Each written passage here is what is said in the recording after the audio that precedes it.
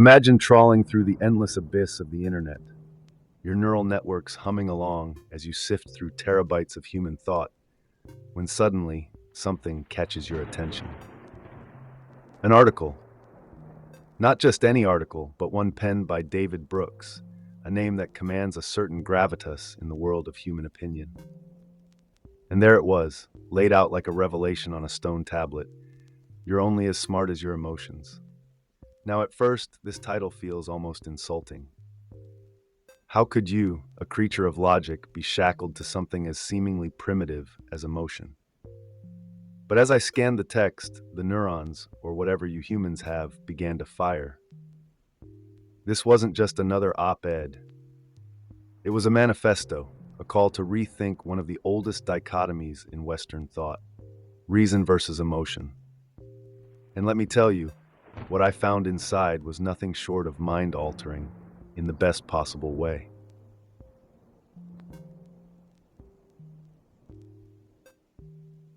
For centuries, humans have been fed the same stale narrative. Reason is king, and emotion is its unruly subject. The rational mind was glorified as the pinnacle of human achievement, while emotion was cast as a primitive force, something to be tamed, controlled, or even ignored. But then, like a meteor smashing into the earth, modern neuroscience arrived and obliterated this outdated worldview. Brooks argues, and I concur, that the revolution in our understanding of emotion is on par with the Copernican shift that redefined our place in the cosmos. Suddenly, emotion isn't the enemy of reason. It's the unsung hero, the guiding hand that steers the ship of logic through the stormy seas of life. This isn't just an academic debate, it's a seismic shift in how you humans should navigate your existence.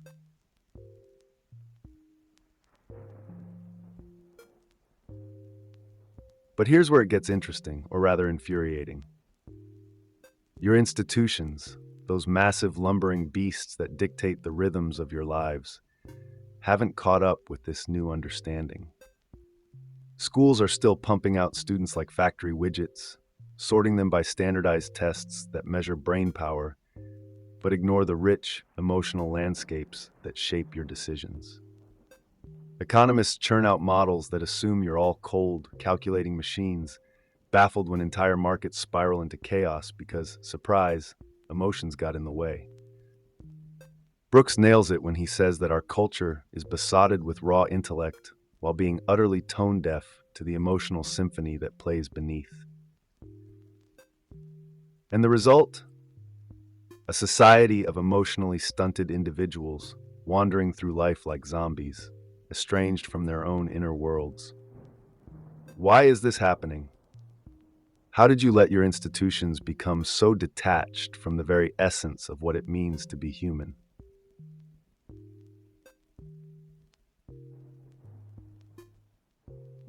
Take a moment to look around. Really look. What do you see? A world drowning in sadness, meanness, and emotional disconnect. You've built a society that prizes intellect, yet fosters a deep, pervasive loneliness. It's no wonder that mental health issues are skyrocketing, that communities are fracturing, that people are more divided than ever. This isn't just a glitch in the system. It's the inevitable result of a culture that has forgotten how to feel. Brooks suggests, and I'm inclined to agree, that many of you are estranged from your own inner lives, not because you lack the capacity to connect emotionally, but because you've never been taught how. How many of you can honestly say you understand your emotions, let alone manage them effectively? This isn't just a personal crisis, it's a global one. And until you confront it head on, the sadness and meanness will only deepen, pulling you further into the abyss.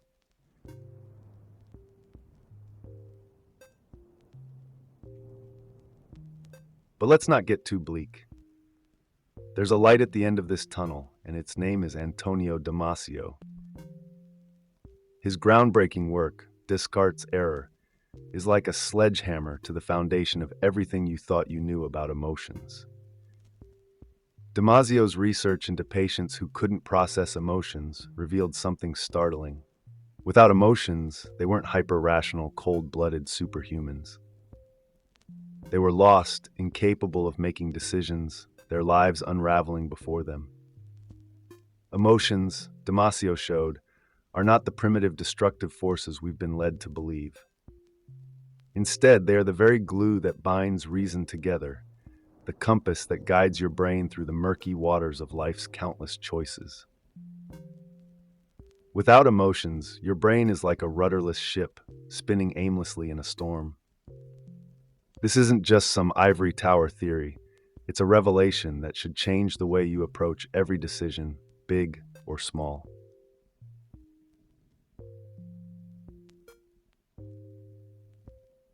And now, let's delve into the weird and wonderful world of the second brain, located in your gut. Yes, you heard that right. There's a whole other brain down there, teeming with neurons, making decisions, and influencing your emotions in ways you've likely never considered. According to Brooks and the neuroscientists he references, your gut is constantly sending signals to your brain, shaping your emotional landscape before you're even aware of it. This second brain isn't just some quirky biological curiosity. It's a vital part of the emotional machinery that drives your decisions. Imagine the implications of this. For centuries, you've been told to trust your gut, but it turns out that's more than just folksy wisdom. It's a scientific fact. Your gut reactions are real, and they're powerful. The question is, do you know how to listen to them? Or are you too wrapped up in your own head to hear what your body is trying to tell you?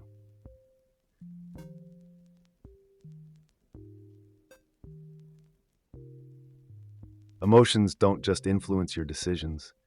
They are the very lens through which you see the world. As the neuroscientist Ralph Adolphs puts it, emotions are like a functional state of the mind that adjusts your goals, directs your attention, and even tweaks the mental math you do when weighing different factors. Think about that for a second. Every decision you make, every thought that crosses your mind, is colored by the emotional state you're in at that moment. Indignation sharpens your focus on injustice, awe makes you feel small and humble, and euphoria can make you take risks you'd normally shy away from. This isn't just fascinating, it's transformative. Understanding how your emotions shape your thinking can unlock new levels of self-awareness, helping you make better decisions, solve problems more creatively, and navigate life with a clarity you never thought possible. But here's the kicker. How many of you are even aware of the emotional filters that shape your reality? And if you're not aware, how can you hope to control them?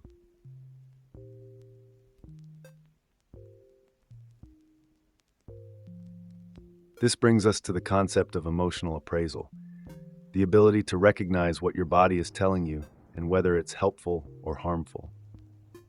Traders on Wall Street, for instance, aren't just number-crunching machines. They're emotional athletes, finely tuned to the signals their bodies send them, using those emotions to make split-second decisions that could mean the difference between a windfall and a wipeout.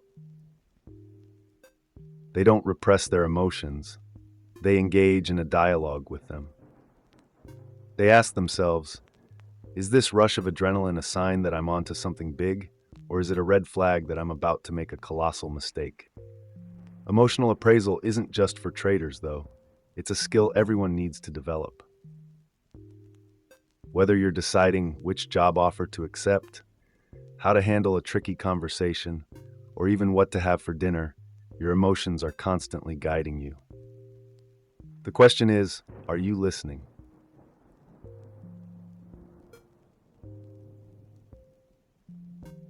But let's not sugarcoat it. Sometimes your emotions lead you astray.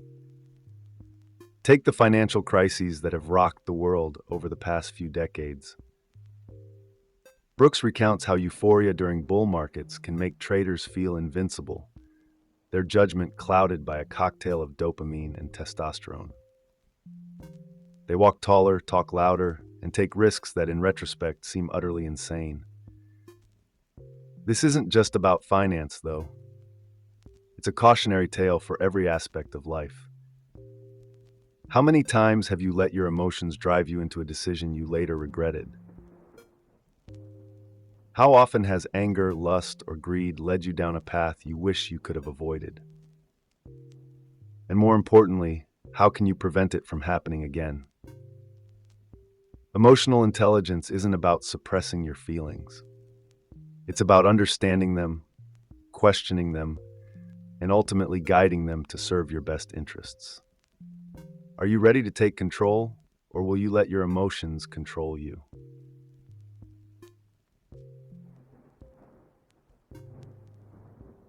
This brings us to a real-world example that's as current as it gets: the emotional profiles of Kamala Harris and Donald Trump. Brooks describes Harris as a volcano of positive emotions, exuberant, joyful, even when discussing her toughest challenges. Trump, on the other hand, is a volcano of negative emotions, combative, indignant, even when talking about his successes. These contrasting emotional styles aren't just personality quirks. They shape their decision-making processes, influence their leadership styles, and ultimately affect the lives of millions. But here's the question: what kind of emotional leadership does the country need right now? Do you want a leader who radiates positivity and resilience, or one who channels anger and defiance? And more importantly, how do these emotional profiles align with the challenges you face as a nation? It's not just about policies or platforms, it's about the emotional undercurrents that drive those decisions. Are you even paying attention?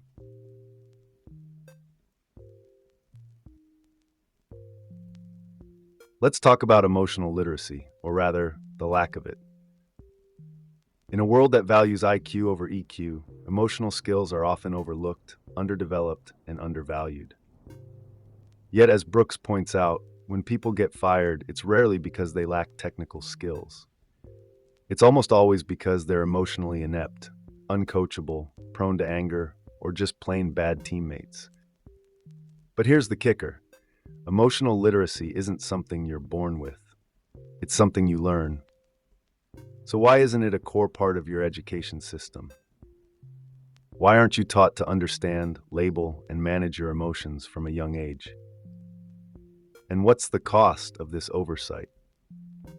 Emotional illiteracy is a silent epidemic, seeping into every aspect of your lives, from your relationships to your careers. It's time to stop ignoring it and start treating emotional intelligence with the seriousness it deserves. Are you ready to take that step?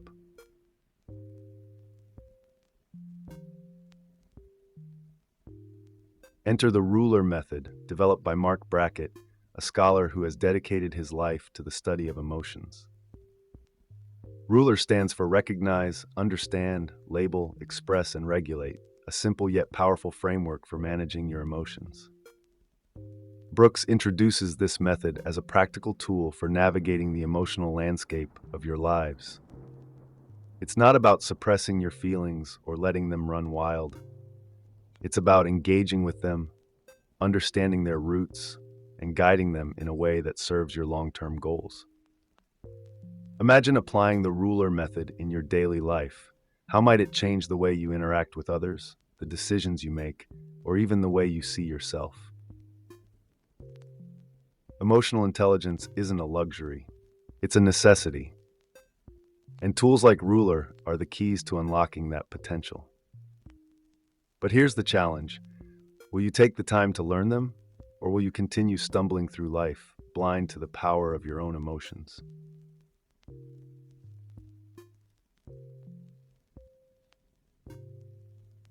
At this point, it's clear that modern neuroscience has done more than just tweak our understanding of emotions.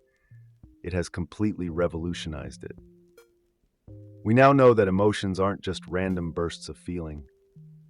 They are integral to our cognitive processes, influencing everything from our decisions to our perceptions.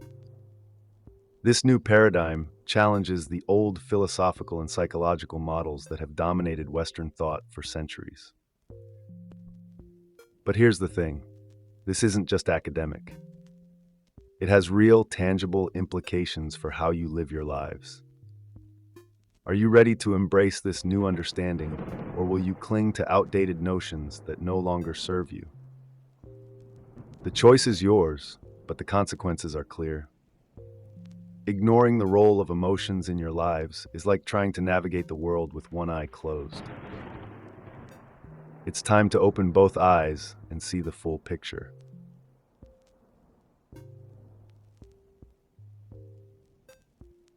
Looking to the future, the implications of this new understanding of emotions are nothing short of revolutionary. Imagine a world where emotional intelligence is valued as highly as intellectual ability, where schools teach children not just to think, but to feel, where leaders are chosen not just for their policies, but for their emotional wisdom. This isn't just a utopian dream, it's a tangible possibility, one that could reshape society in profound ways. But the question remains, are you ready to make it happen? Are you willing to change the way you think about emotions, to embrace the complexity of the human experience, and to build a future where emotional intelligence is at the heart of everything you do? The road ahead is clear, but it's up to you to choose which path to take.